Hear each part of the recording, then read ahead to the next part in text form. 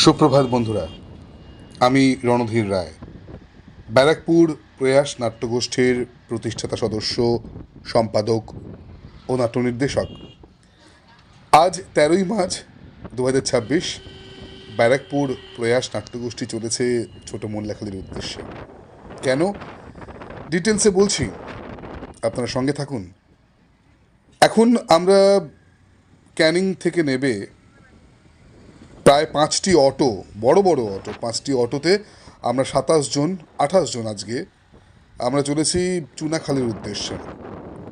ক্যানিং থেকে চুনাখালীর এই রাস্তাটা বেশ অন্যরকম। মানে আমাদের ব্যারাকপুর বা কলকাতার বা মফস্বলের যে রাস্তাগুলো, সেই রাস্তাগুলো বা রাস্তার আশেপাশের পরিবেশের থেকে সম্পূর্ণ আলাদা, একটা অন্যরকম পরিবেশ। হঠাৎ গ্রাম থেকে শহর হয়ে যাওয়ার এক অদম্য ইচ্ছে যেন এই চুনাখালীকে ধরে রেখেছে। চুনাখালীর মধ্যে তার মধ্যে একটা তীব্রভাবে দেখা দিয়েছে, কিন্তু তার মধ্যে কোথাও হারিয়ে যায়নি গ্রামের যে মিষ্টতা, গ্রামের যে স্নিগ্ধতা রয়েছে।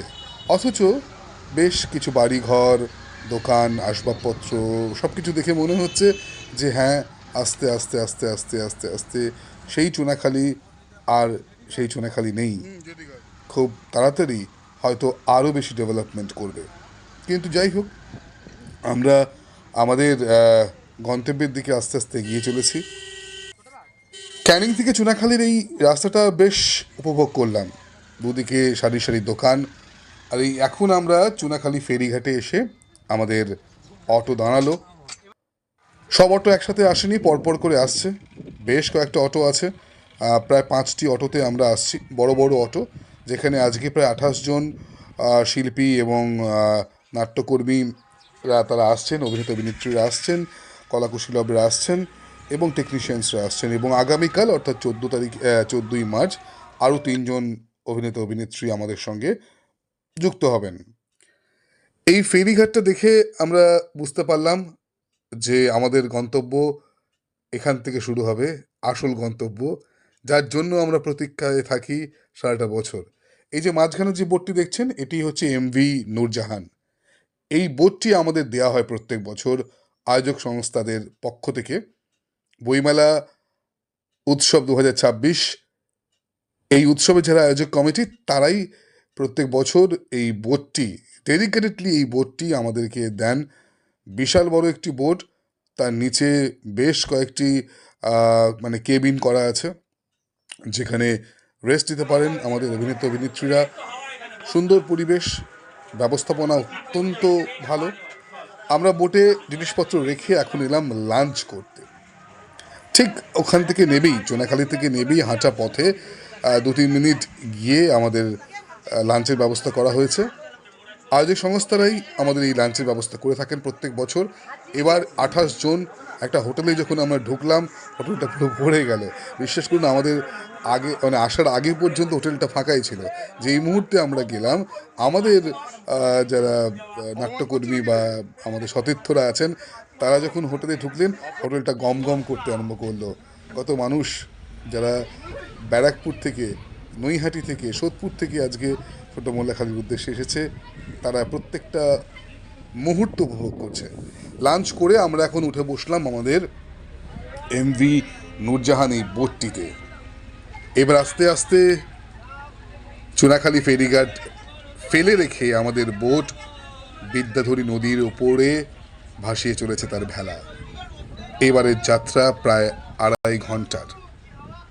চুনাখালী থেকে ছোট মোল্লাখালী কখনো 2 ঘন্টা, কখনো 2.5 ঘন্টা সময় লাগে, পুরোটাই নির্ভর করে জোয়ার এবং ভাটার উপর।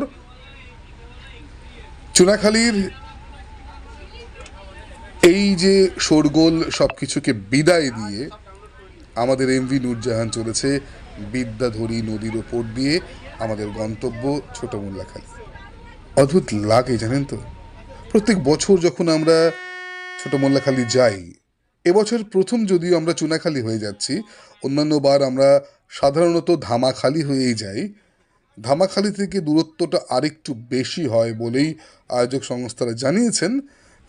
তাছাড়াও একটি কারণ হচ্ছে ধামাখালীর রুটটা, মানে যে নদী পথটা সেখানে এখন একটু সমস্যা আছে, মানে জলের ওঠানামা এবং প্রবাহতে একটু সমস্যা হচ্ছে।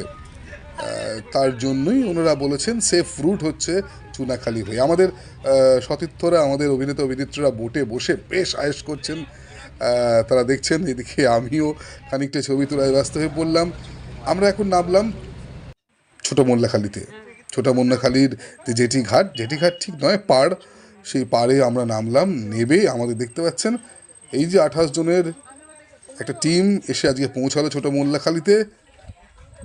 আমরা সবাই লাগেজগুলো আনলোড করলাম বোট থেকে। এবার এই যে বইমেলার তোরণ দেখতে পাচ্ছেন, আমাদের ঢোকার সাথে সাথেই দেখলাম বইমেলার উৎসবের আজকে প্রথম দিন এবং আজকেই শুরু হলো তাদের প্রভাত ফেরি। প্রভাত ফেরি নয়, এটা হয়তো মধ্যাহ্ন ফেরি, কারণ এখন প্রায় দুপুর 3টে বাজে।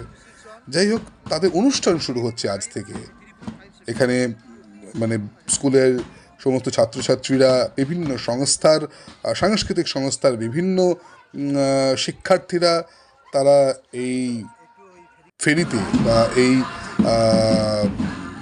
মানে এই শোভাযাত্রায় তারা অংশগ্রহণ করেছেন।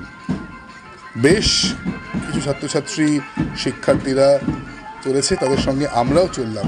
আমরাও আমাদের ব্যানারটা খুলে দিলাম। শুরু হয়ে গেছে মেকআপ। মেকআপ চলছে, সোমনাথ দত্ত মেকআপ নিচ্ছেন, এখন মেকআপ করাচ্ছেন জিৎশীল, এখন সুভাষদা মেকআপ করছে।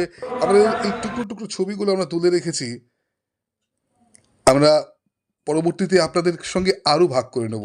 বিশ্বাস করুন, 1000-এর উপর দর্শক সেদিন ছিল এই ছোট মোল্লাখালীর এই স্কুল প্রাঙ্গণে। দারুণ অভিজ্ঞতা।